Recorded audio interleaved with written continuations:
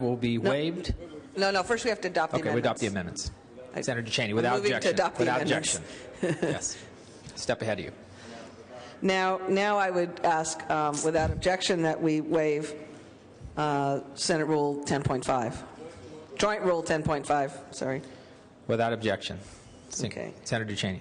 And then, without further objection, would seek a waiver of Senate Rule 29.3 so the measures can be taken up in mock-up form. Without objection. Senator Cheney. Secretary, please read AB 7. 7 in third extraordinary session.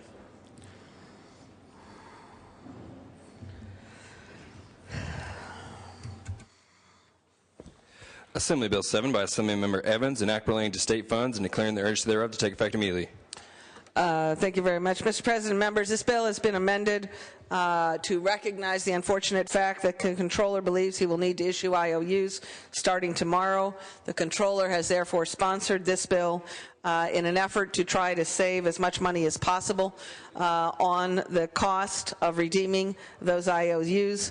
Existing law requires that you pay through the fixed maturity date even if they are redeemed earlier.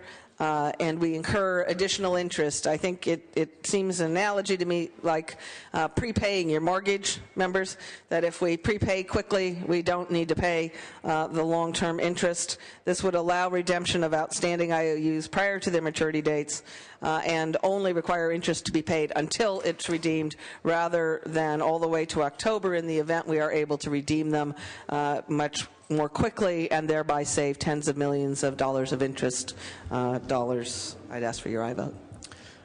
Members, any debate or discussion on this item? Seeing and hearing none, the Secretary will call the roll.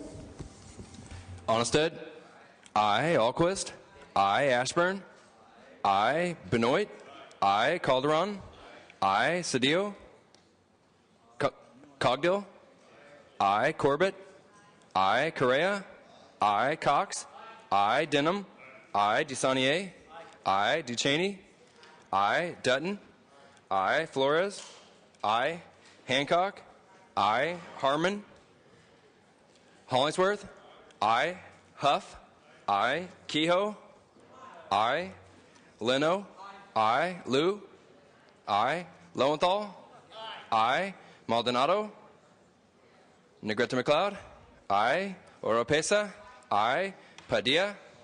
Aye. Pavley. Aye. Price. Aye. Romero. Aye. Runner. Aye. Smidian. Aye. Steinberg. Strickland. Aye. Walters.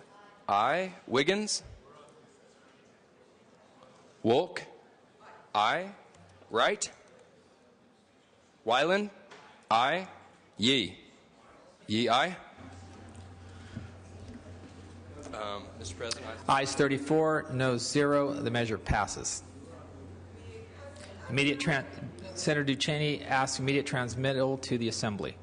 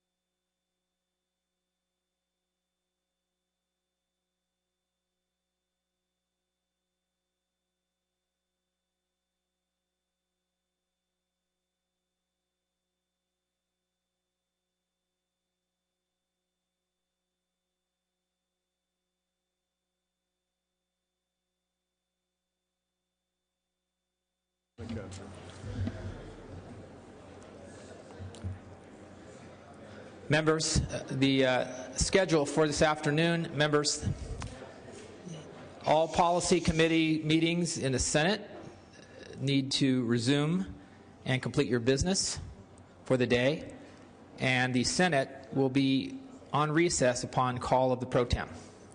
So will all policy committees that were in midstream please currently have bills before them. Please conclude your business, and the Senate will stand in recess upon call of the pro tem. Senator Romero. Thank you, Mr. President. On this note, Senate Education Committee has been changed. We are now going to reconvene in room 2040. What we are going to do is to lift the call on those measures that we have already taken up. All other bills, per the direction of the desk, will be postponed until further notice of the Education Committee hearings. We're only going to lift the calls on those measures solely that we have already heard this morning. And Ed, okay. Who's the chair of Ed? A local government. Senator Elquist. Yes, and Senate Health Committee will not be meeting. Okay. Members, Senator Cedillo is recognized at his desk. Senator Cedillo. Members, I ask to have your attention to the ends of the balcony. We have young men and women from the state of California, and more particular from the 22nd Senatorial District. They have come to bear witness on the actions that we take and the impact that it will have on them. It's a young group of people called the Young Senators. They are here to observe us and to emulate our ways and our conduct, and they are here and they will engage in their own mock Senate with their own leadership and their own legislation, reflecting their hopes and their aspirations for a better and brighter future for California. I draw your attention to the young senators and ask for your recognition.